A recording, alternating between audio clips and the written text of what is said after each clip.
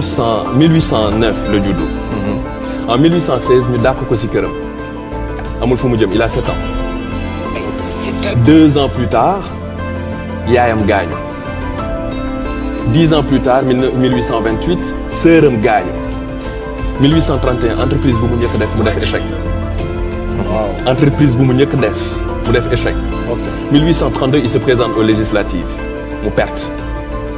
1833 mu àbb copain am xaalis pour def benn financement avant fin de l'année projet bi tombé à l'eau mu toogaat 17 ans pour payer dette boobu noonu. 17 ans pour payer dette boobu. dette boobu noonu mu àbboon copain bi. En 1835. mu rencontré benn femme. Ça sent le poulet ça. En 1835 mu rencontré benn femme mu fiancé wu ak femme boobu quelque temps plus tard femme bi dee. mbiram kéemaane na de. kii daa ay gaaf nag kooku nag daa ay gaaf. 1836. mel nit boobu noonu dugg dépression. toog 6 mois tëdd lal alité. donc déjà dund na 19 ans yoo xam ne. presque. maanaam lépp échec la lépp échec la. 1836 boobu noonu mu tëdd ci kaw lalam échoué. nekk dugg coma yeewu dépressif. mais il se relève. et même année boobu mu présenté waat législative. parce que dafa présenté woon législative 1832 mu perte mais maintenant mu représenté waat législative mu pertaat encore mu ñëw 1840 mu ne dafay présenté pour nekk électeur mu pertaat 1842 yàlla baaxee ko mu am soxna mu dajeeg soxna bi soxna soosu noonu ñu am ñeenti doom ñett yi dee. waaw. ñett yi dee mu dese ko benn 1843 mu présenté wu waat pour congrès mu perte 45 2 ans plus tard il se représente au congrès il perd de nouveau 1850 son dernier enfant meurt. Qu'il arrête d'entendre. 1854 il se présente pour être au Sénat pour être sénateur mu perte.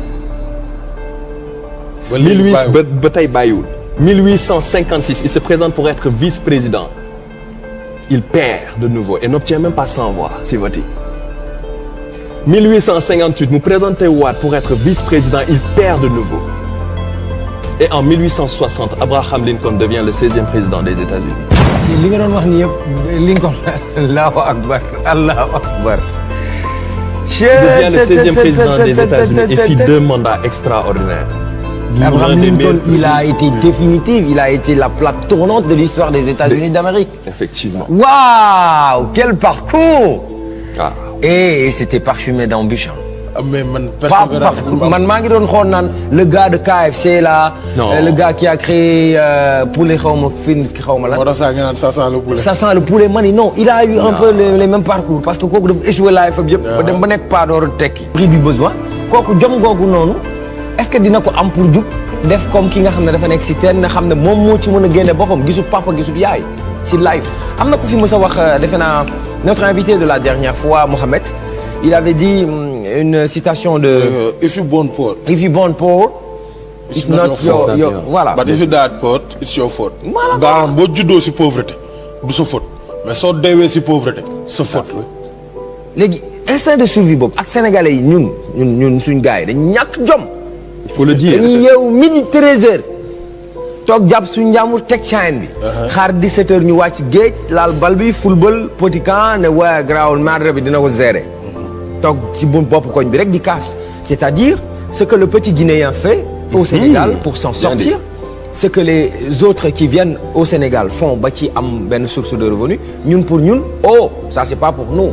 mais c'est ça tu sais c'est vraiment la notion de sacrifice li ma doon wax tey jii ça doit travailler dans ton mindset on ne peut pas faire les choses à ta place peut-être tu vas aujourd'hui à manger mais tes parents ne vivront pas toute leur vie hein. Ils vont mourir un jour. maa ngi ñaan région ñu buñ ma mënee préparer l'élément. ils vont mourir un jour et s'ils meurent comment tu vas faire quand on va partager si même tu as une grosse part dans les héritages comment tu vas faire. Si c'est 500 000, tu vas vivre ça tout le restant de ta vie. Non, c'est pas possible. Donc, ce qui veut dire qu'aujourd'hui, on ne peut pas dire à une personne, fais ceci, fais cela. C'est une volonté. Le travail est une volonté d'abord. Le travail est une volonté. Et aujourd'hui, c'est ce sacrifice qu'il faut faire. C'est ce dont je parlais tout à l'heure. Tu ne peux pas vouloir devenir comme Sadio Mané, tu t'entraînes pas, tu n'as pas de routine. Tu veux dormir à 4 heures du matin, tu veux regarder toutes les vidéos dans les réseaux sociaux, tu veux porter les meilleurs habits, tu veux avoir les meilleurs téléphones. Tu peux pas, c'est pas possible. It's not possible. Sacrifier un luxe temporaire pour avoir un avenir stable. Tu sais qu'est-ce qu'ils disent, les Américains? One age at a time to be able at any moment to sacrifice what you are for what you will become. C'est-à-dire un moment dans ta vie où tu dois sacrifier la personne que tu es pour la personne que tu vas devenir. Le sacrifice, la notion du sacrifice. Et aussi, bon, parlant de renverser la tendance, il y a cette chose qui est là qu'on nous a tellement formaté l'esprit, à savoir que sans diplôme, on ne peut pas avancer. Je suis désolé du terme, c'est ce qui est archi faux. du dëgg ñi avancé Sénégal amuñ benn diplôme bu tubaab. Des gens qui ont avancé au Sénégal, des gens qui ont avancé dans le monde, ce ne sont pas des gens qui ont fait des études universitaires extraordinaires. Il faudrait faire la différence entre learning and schooling. Learning, faire des études universitaires, et plutôt schooling, faire des études universitaires ou aller à l'école. And learning, qui est le fait de s'instruire. C'est deux choses différentes. On peut s'instruire sur toute chose. Faire des études universitaires, c'est une forme d'instruction. Mais gagner de l'expérience, on peut gagner de l'expérience partout. Partout où vous allez. L'essentiel, c'est de ne pas délaisser. Et il y avait une parole du feu Golbert Diagne, paix à son âme. Il disait, ne mettons pas les diplômes en avant. La culture est une chose. L'instruction est une autre chose. L'expérience est une base. La compétence est une finalité. Répétez. Ne mettons pas les diplômes en avant. La culture est une chose. L'instruction une autre chose. L'expérience est une base. La compétence est une finalité. ma tagal la ci xam-xam dafa neex na. boo amee xam-xam nii boo ñëwee télé da ngay boo ñëwaat suba ñëw yéyal si ngom. day wax di yéy si ngom. Cheikh Anta Diop nee na pour avoir de l'avoir il faut avoir du savoir. C'est ça. donc ñu def transition rek. barki Rasulaay Pape Sidi nee na ngeen di teel a yeewu am jom tey liggéey wax naa ko fi barki démb nee naa ñun ñii ngay gis nii ñu nekk ay ndaw Sénégal ñëpp mooy ñëw yaa ngi TikTok yaa ngi LinkedIn yaa ngi Facebook yaa ngi Instagram yaa ngi Twitter yaa ngi WhatsApp ñun ñëpp am nañu rendez-vous ak histoire fii ak fukki at. on a rendez-vous avec l'histoire. léegi nag li ngay yóbbu foofa fii nga koy liggéeyee ndaw da ngay njaxlaf ndaw da ngay am jom ndaw da ngay nangoo liggéey di ko waa di liggéey waaw mais boo bëggee commenter